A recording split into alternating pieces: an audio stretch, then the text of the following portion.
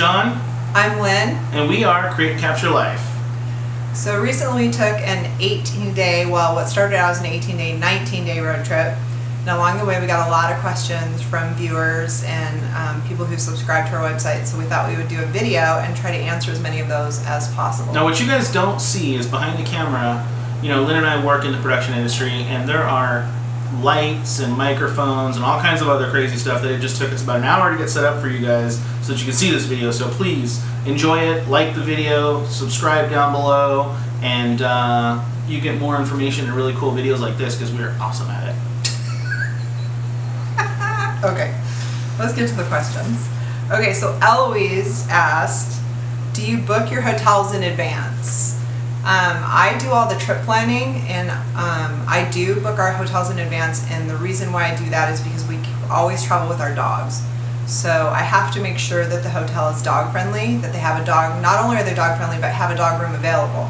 Because just because online a hotel says they're dog friendly, they may not have that room available. They only have a certain number of rooms, and so it's always better to call directly to the hotel, not the national reservation lines of the hotel, but the actual hotel itself. Talk to a physical person, make your reservation, make sure they're aware that you're bringing your dog, and then you also want to find out ahead of time what the dog fees are, because we've had dog fees range from $15 to $150 depending on where we stay with our dogs, so it can get pricey depending on the hotel. So Jill asked, what's the biggest expense on the road? Gas. Definitely. This year, we paid over $1 more in gas this year than we paid last year for a road trip. Crazy. It's $1 more in California anyway, and then it was $1 more everywhere else than it was a year ago. So yeah, definitely gas is the biggest expense. If you're looking to save money on gas, there's membership groups out there. The one that we particularly like, and this is no way, shape, or form an endorsement, not yet, but working on it. I like going to Flying J's. If you're a member of the Flying J membership plan, you save 3 cents per gallon on all Flying J stations, and that's for regular gas and auto diesel. For big RVs and stuff like that, if you're in the truck lanes, there's other bonuses and points and stuff like that too. So if you're driving a big RV, which we might be doing someday, that's a great way to save money on that one major expense that you're going to encounter on the road. Okay, so Dan sent us a message and asked, what's the hardest part of a long road trip? Nothing. I'm trying to think of something that's hard about a long road trip. The hardest thing about a long road trip, I would say, especially for him, is loading and unloading the car. Yeah, having to unload and unload, when you pack for 19 days like we do with camera gear and with all kinds of stuff, because we travel with the dogs, so the dogs have their own bag and everything else, that ends up being, I actually have a picture. Maybe we'll include it in this video, maybe right here. That's what the back of the car and all that's what was in the back of the car. So we'll have to get out every day that we stop, because we don't like leaving stuff in cars. I've heard too many horror stories of things getting stolen, cars getting broken into, whatever else. And yeah, if someone steals, our suitcase that eventually towards the end of the road trip becomes our dirty laundry suitcase, I'm not going to be heartbroken. But if someone steals, the camera cases or something like that, then yeah, we're going to be a little bummed out. So we take everything out every time we stop, which is, for us, every night. So. Okay. Hopefully, Dan, that answers your question. Julie says, what do you keep from being bored in the car for so long? So we do a lot of just silly things in the car. I grew up doing road trips between Illinois and California, where my family's from Illinois, and then we moved to California. So I actually learned to read in the car by reading street signs and freeway signs and mile markers and things like that. That's actually how I learned to read before I started kindergarten. And so I tend to still do that. So on a road trip, we will, as we're driving, read signs out loud, which is just kind of funny to other people, but it's just, I don't know, it's just something I've always done. And then he started doing it, I think it rubbed off, and so now we both kind of do it. And that's also good too, because you can find odd things on the side of the road. If you're paying attention to the signs, you can find a weird turnoff, you can find an interesting spot, you know, that is not like a typical tourist spot you might have not have known about. So reading the signs, it's, you know, it's kind of fun, and you find stuff. And you never know what you're going to come across. On our last road trip through Route 66, we just happened to come across this crazy little town called Uranus, Missouri. And trust me, everything is hysterical in Uranus. Yeah, that's true. You should, if you ever on that stretch of the road, you should definitely stop there. They're very nice people. Yeah. And they have amazing fudge in Uranus. Yeah, they love saying the name of their town Uranus. Again and again and again, like he's doing. So that's one thing. We listen to podcasts. Most of the time, podcasts put me to sleep. So he listens to podcasts, and I sleep usually during them, and then I wake up and ask what happened. Music sometimes. We brought an iPod this time, which we hadn't done before, and we didn't listen to it a whole lot, only a couple days. Silence is not a bad thing. There's lots of times where we'll drive for an hour or two and not say a word, and we're just enjoying the scenery. We're not in that stage of our relationship where we feel like we have to talk every 5 seconds to each other, so we enjoy the peace and quiet of the car and the scenery, and just, you know, enjoying America, you know, along the way. Yeah, you don't really get too bored when you're able to drive and just see the crazy scenery. When you're looking out for miles and miles and you see nothing but, like our last road trip, this last time around, this 19 days, was this one section of land, as far as the eye can see, mountains and snow, just from one side of the car to the other. So great. Yeah, it's definitely, it's relaxing to us, because just being in the car alone with the dogs, a lot of times we don't have cell reception, which is a good thing and a bad thing. A good thing because our phones aren't going off. It's truly relaxing to us. I know a lot of people don't find road tripping relaxing, but for us it's very relaxing. We also play a license plate game. Every trip we take, we try to find all 50 states' license plates along the way. This year we missed 3. We missed Vermont, Kentucky, and Hawaii. Last year we missed only Hawaii, so one of these days we'll see a Hawaii license plate, you know, on this dry land, hopefully somewhere. But that's just something we do. We'll write them down and see if we can get up to all 50 before we get home. It's just a silly game. So hopefully that answers your question. If you have any other questions about what we do, just, you know, message us, and we'll be glad to do another video or email you back, or however you want us to get in touch. Michael asked, what kind of car do we have? So we rent cars for our road trips for a couple reasons. One, since we are bloggers, it's tax deductible to the business expense for us to rent a car to do road trips. Also, we try out different cars. This time we had a Chevy Tahoe, which I actually really loved. So yeah, it was actually really nice. It was, I believe they call it the Premier Package. So it had all of the advanced crazy features. It had the 4-wheel drive, the auto 4-wheel drive, the heated seats and air-conditioned seats, heated steering wheel, every bell and whistle. It also had like lane departure warning. One of the guys that I was talking to about the car said that it has something to where if it starts to sense that you are starting to lose control of the vehicle, it helps you correct, which was obvious and great when we were driving in snow and icy road conditions. That was probably part of what helped me stay on the road so well. But no, it was great. It was actually a really, really fun, comfortable car to drive. And then last year we had a Ford Explorer, which I've always liked Ford Explorers. I love the Ford Edge. We always run an SUV because we need the space. So yeah, Jonathan drives a truck and I have a little Ford Focus. They're both paid off. The reason that we don't have a new car is because we don't want a new car payment. So we're okay driving our older vehicles and then renting cars for the road. Works out for us. Kim says, how do the dogs handle the travel? They sleep. Well, for the most part.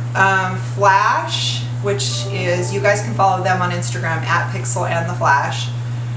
Flash is the black and white dog. He was a little whiny on this trip, which was really weird, but he does not like elevations. I think the elevations bother his ears, because I noticed when we're driving in elevations going up and down, he gets a little whiny.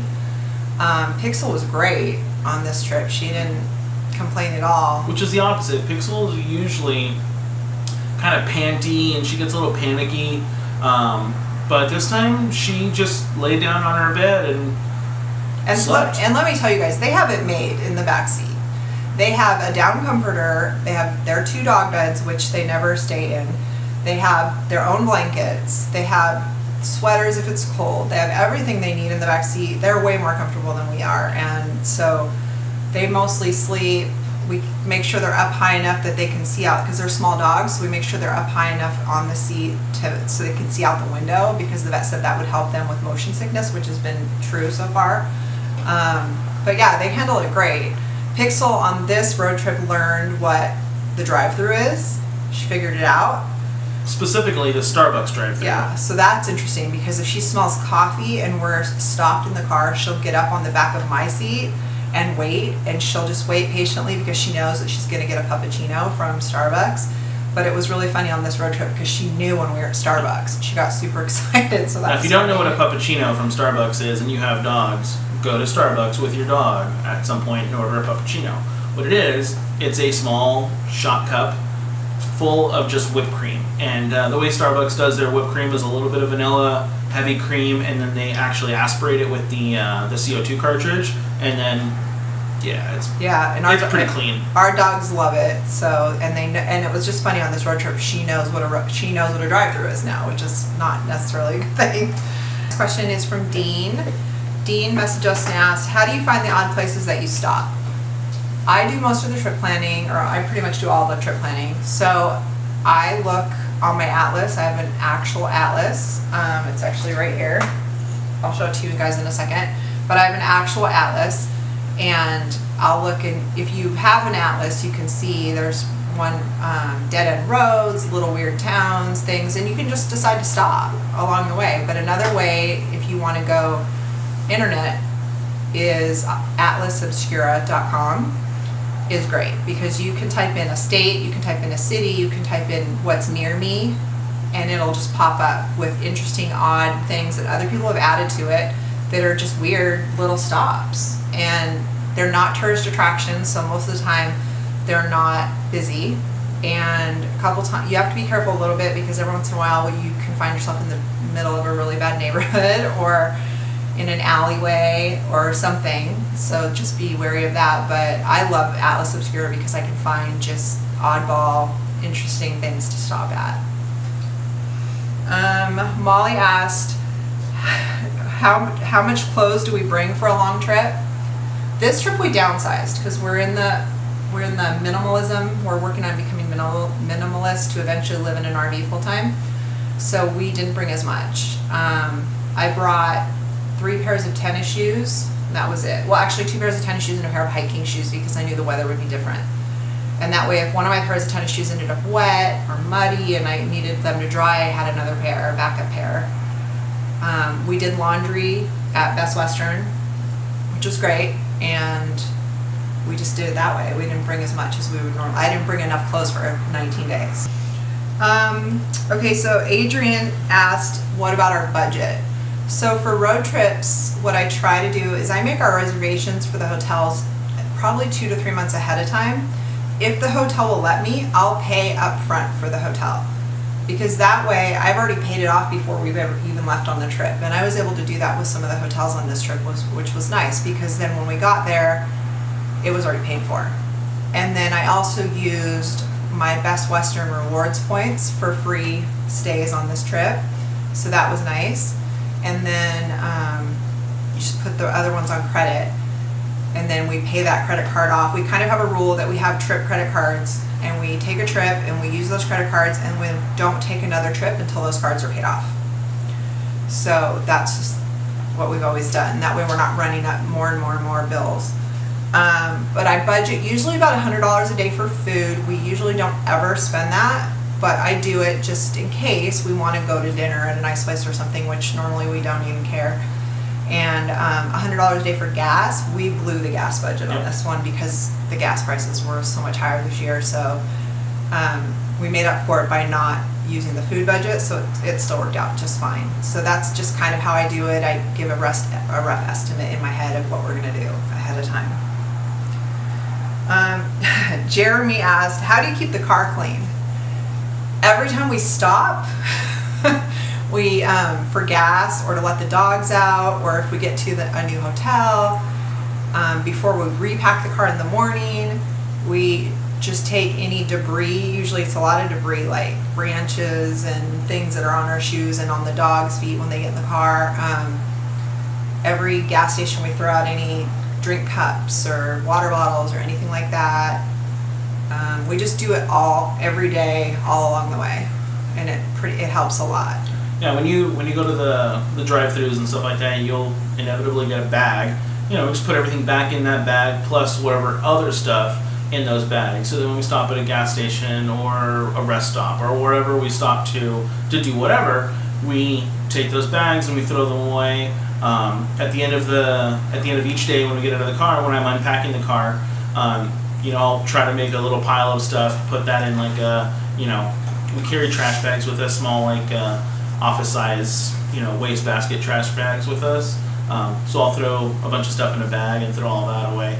That's the biggest thing. At every gas stop, if we've driven through rain or anything like that, I try to clean all the windows because that accumulates really fast. Yeah, especially this one time we drove through rain, sleet, snow, wind, all the mud, basically everything you could drive through. We did it on this road trip, and so we were cleaning the windows almost every day. And then at one point we stopped at a gas station that if you got a certain amount of gas, they gave you a free car wash. So we took advantage of the free car wash. It was literally just a quick drive-through car wash. They didn't even dry the car, which whatever, it was fine. I think it just didn't work right. Yeah, whatever. Who cares? But it kind of just it helped. It took a top layer, took the top layer of dirt off the car, and then. And it was free. It was free. Who cares? We were going to buy the gas anyway. Yeah. And so, and the gas wasn't any more expensive than anywhere else. Nope. So why not get a free car wash if you can? And we just sat in the car with the dogs, and it took 5 minutes. So that's always an option. Do we buy souvenirs? Not really. I'm not a knick-knack collector. I do because we are planning to eventually live RV full-time.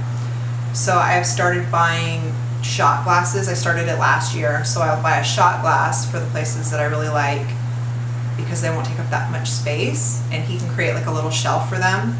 And then I buy postcards because I just keep them, and stickers that I put on my travel books. So I have travel journals and I just cover them in stickers. And then this one I have a bunch of pins on and stickers on the back and the front. And so I just kind of like to do that. So there's just random pins and stickers. And then also the atlas I was talking about that I've had since 2014. I have stickers on this too. So hopefully you guys can see that. But yeah, I just like to put the stickers on it. It just kind of reminds me, it's almost like a little scrapbook of where we've been, so it's kind of fun. And they're not expensive. You can usually, especially in small towns, I can get a sticker for 99 cents and just put it on there, and a pin is maybe $2. Postcards are anywhere from 25 cents to $1, depending upon where you are. The more touristy spots like Grand Canyon, they're going to be a little more expensive, but in the little small towns, it's like 25 cents for a postcard. So I just keep them, and I put them in my travel journal, and it's just kind of fun. And unless we see something that we absolutely want, we were at the Minuteman nuclear missile site in what was it? I forgot where that is. Yeah. Sorry if you're watching this and you're from there. But I'll probably South Dakota. I think it was South Dakota. I'll probably edit it and put it in the bottom. Yeah, put it. I think it was South Dakota, and they just happened to have one of those random, cool little remove before flight little red tag things. And I saw it and I was like, it's like $1.50. So I grabbed that. But usually when we stop at those places, we're only looking for little small things. We're not big on the, like she said, we're not big on the knickknacks and the tchotchkes and all that other stuff. Except Christmas ornaments. We do buy a Christmas ornament every year that represents the travel we did that year. So last year we bought a Route 66 ornament with the whole United States, and then it says Route 66 across it. This year I bought a Christmas ornament from Mount Rushmore because it was made of wood and I just thought it was really unique. So that's the one I bought for this year. So yeah, that's the only other thing we usually buy. And even the shot glasses, like we don't stop everywhere and get shot glasses. Like we only stop and like only get certain shot glasses. Yeah. Like if it has to be something cool or something like that. One of these days we'll do a video and we'll highlight the shot glasses that we already have. So. Yeah, I don't like all of our shot glasses to look the same. So if you go to a lot of places, the shot glasses are clear glass and it just has the name on the front. I don't like to buy those unless I don't have a choice. I like to buy ones that are different looking so that they're just unique, they're just different. And it's just something small that I can have and it just reminds us like, oh, that's right, we were there. Oh, that's right, we were here. And it's just kind of a fun little thing and it doesn't take up space, which is the most important thing. Let's see. Mel asks, what do we have in common and what do we not have in common and do we fight on the road? Not really. We have a lot in common as far as road tripping goes. He shoots with a Nikon camera. I shoot with Canon. He drinks Pepsi. I drink Coke. Things like that. I'm not a morning person. He's a morning person. But you just find ways to make things work. We've never really gotten into like a big fight on a road trip over anything. I mean, we get in like a squabble over something dumb, like a turn or something, but nothing really. It's just, I don't know, people say there's no way they could spend 3 weeks in a car with their spouse or their significant other, and I don't know, it works for us, so we have a lot of fun along the way. And something we do have in common, one of the biggest things we have in common is the fact that we both love to road trip. She grew up driving back and forth from Chicago, and I grew up driving back and forth with my dad to Miami. That trip from Miami to California it's a pretty long trip, just like the trip from California to Chicago. So I've always loved being in the car for long periods of time. Yeah, same. So that's one of the things that I think kind of helps us on these trips is that we actually both really do enjoy this. And we like each other, so that helps. Yeah, most of the time. I mean, if you like each other, that helps a lot. Lisa asks, why create and capture life? Okay, there's a really long version of that story, but I'm going to keep it short for this. You can go to I make documentary films for a living. That's part of what I do besides this. And so you can go to createandcapturefilms.com and there's a whole big story about why create and capture on there. But for the blog, I'm going to give the short version. It's basically about creating the life you want and capturing every moment of it. And that's what we're doing right now. We've decided that life is too short, things are too crazy in the US right now. The negativity and just everything going on, it's time for us to just create the life we want, not live paycheck to paycheck, not just be worried about the next house payment and the next whatever. We just want to do what we want to do, and that's why we're working towards RVing full time. It's going to take some work.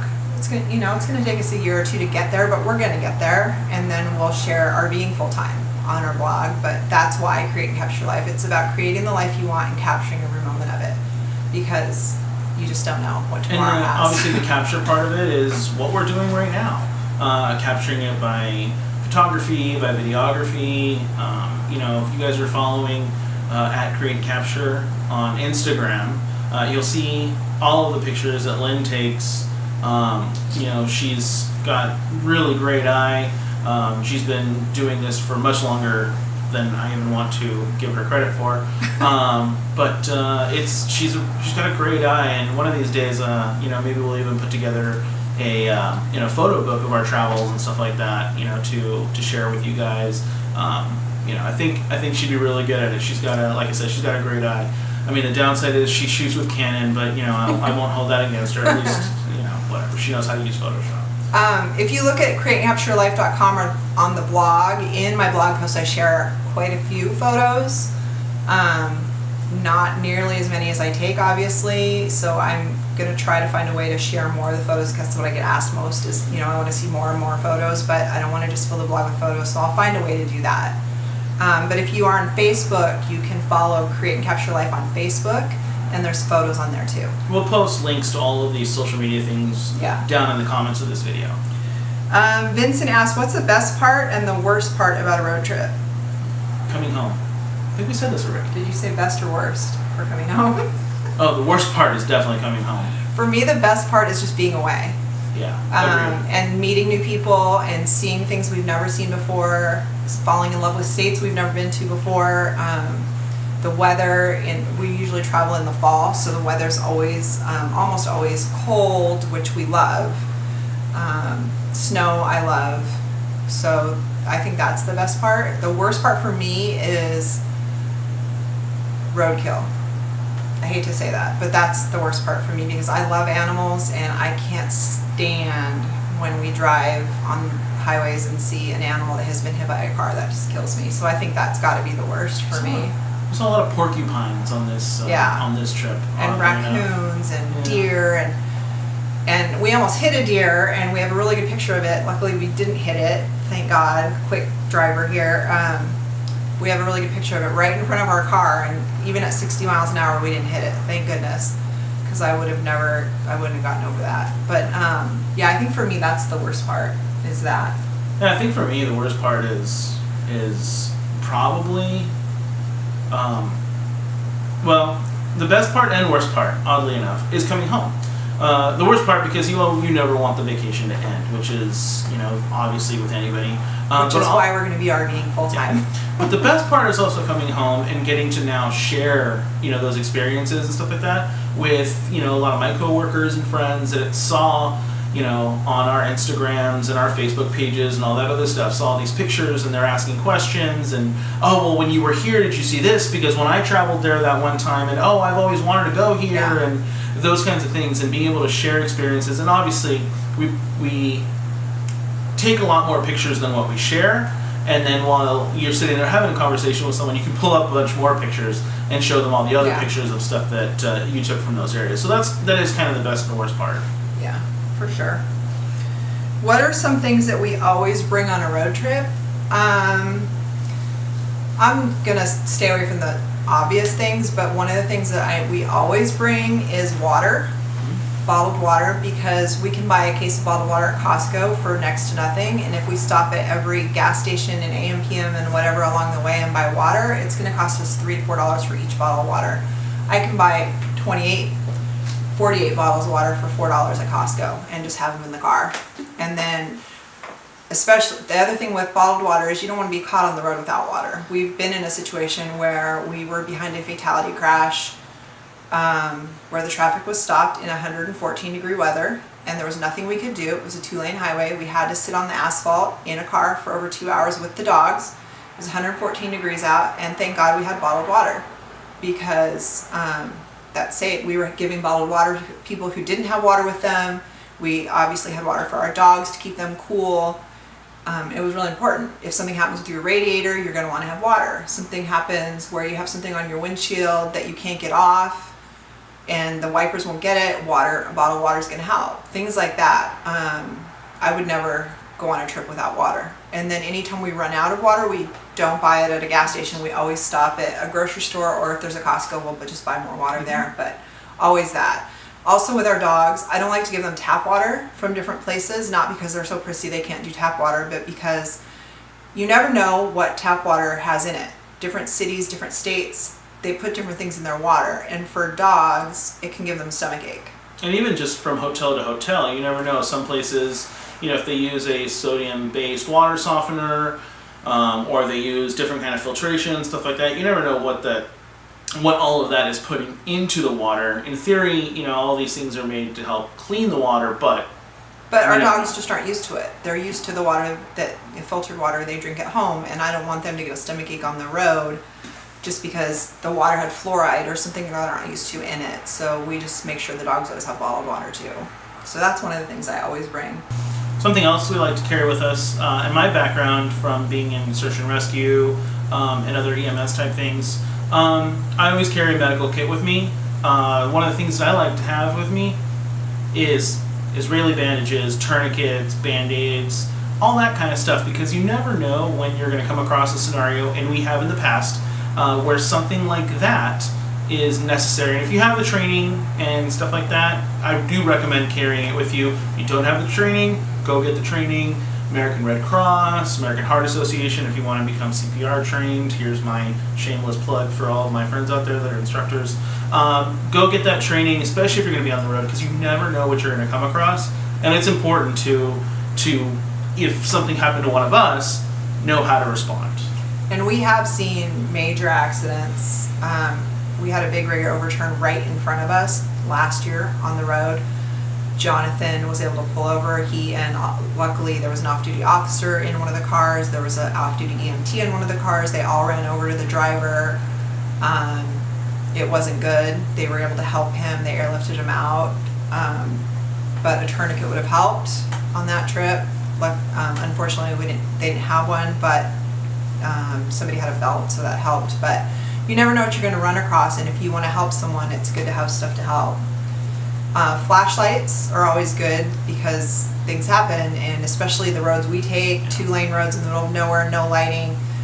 If you get a flat tire or the dogs want to go out or something and it's pitch black out there, a flashlight's a good idea. And a small toolkit, like in my little go bag, I have a small little axe with screwdrivers and stuff like that. That if something happens and you need to fix something really quick, easy little fixes.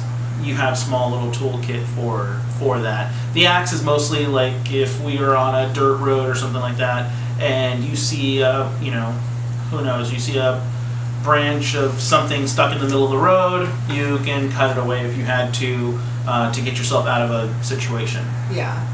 And then we also, one of the things that we make sure and have with us is, I forgot what I was going to say. Your Alice. I'm going to have to, oh, my atlas. I bring an atlas. I track all the roads. I can show it to you. I track all the roads that we've driven on throughout road tripping. So this is California. You can see the highlighted roads there. Those are ones that we've driven in California. There's other ones too. But I have my atlas that I take on all of our road trips. And one, I think it's fun. And two, when GPS signal is lost and you need to know where you are, I can read a map. I know directions, I can read a map, he can read a map. We can always figure out where we're going without GPS, which is great.